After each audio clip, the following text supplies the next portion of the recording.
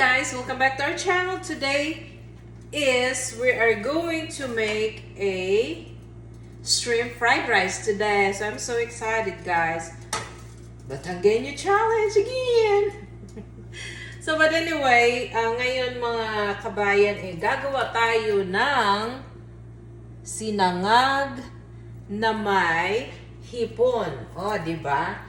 So magsisimula na tayo, guys. Before anything else, let's go. Meron na tayo ditong mantika at tayo magigisa laang ng ating sibuyas. Okay, lalagay na natin ang ating sibuyas.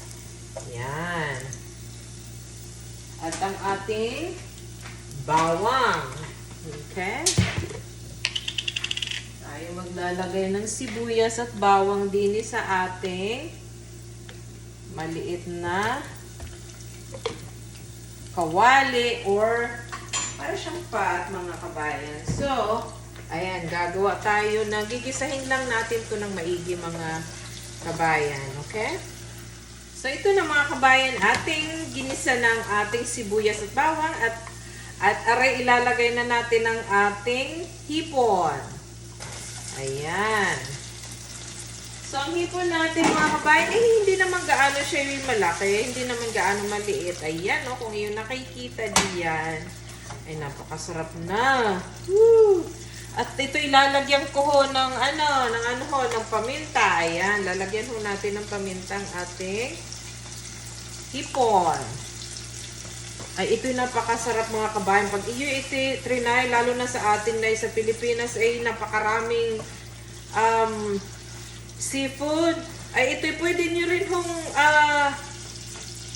gamitin squid. Opo. Pwede rin po ninyong gamitin ay squid.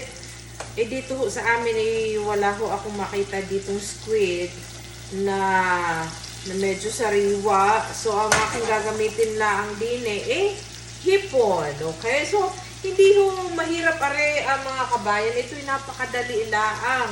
At kung iyon napapansin, meron ho akong itlog din at ating isasama ho yan sa ating sinangag. At ating lalagyan ho ng kakaunting toyo din sa ating hipon. Okay, ay, napakabango na rin. Naman, tingnan nyo naman mga kabayan, ay napakasarap. At ako excited na at ang aking asawa nag-iintay nito at nako, paborito niya pag ako'y ganyan medyo pagod na pagod, itong ginagawa ko, naku, hipon, fried rice o sinangag, napakasarap niya. Okay mga kabayan, at ating ilalagay na ho ang ating kanin. So ang ating kanin na gagamitin din mga kabayan is mas maigi ho yung gamitin yung malamig na kanin. Dahil parang pag kayo'y gumamit, of course, pag hindi naman kayo available ng malamig na kanin, masarap po kasi pag malamig kasi hindi po siya nagdidikit-dikit baga sa ating kawali. At napakasarap At ating halo-haluin lamang yan mga kabayan. Ang sarap! So pagkatapos natin gisahin ng ating ang ating kanin, sinabay na ho natin sa ating hipon mga kabayan at ating ilalagay ang secret ingredients po natin sa ating hipon fried rice is ang ating ketchup. So lalagyan ho natin niyan ng ketchup. Ayan mga kabayan. Kailangan i-shake yung ating ketchup. Ay, itry nyo ho. Kayo bagay, sasabihin ninyo yung napakasarap. Ay, lalagyan ho natin ng kakaunting ketchup para sa atin hong flavor. Ito'y napakasarap. Tingnan nyo naman ho ang kulay ni Ray. Ay, napakasarap. Di ba naman? Ako'y maninigurado ang iyong mga anak ay magugustuhan itong ating shrimp fried rice, mga kabayan. Napakabango. Ako'y excited na. Ang aking asawa'y naghihintay na dito. Ay, napakasarap. Look at naman, mga kabayan. At saka bagay kabayan, pag iyo'y nilagyan ng ketchup, ito'y magko-complement, tignan mo kayo, kung hindi na makaano ng aking bibig, magko-complement po sa ating flavor ng ating seafood.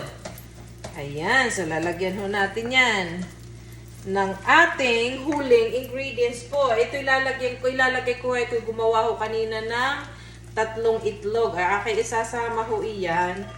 Ayan. O, diba? Ganun ba?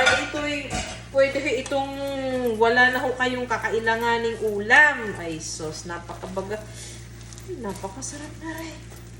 So, mga kabayan, ito'y tapos na ho. Napakadali at aking titikman. Ay, ako excited.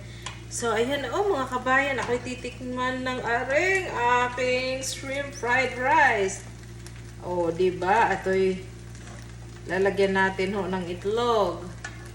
Ayan, titikman natin kung anong lasa at ating huhusgahan.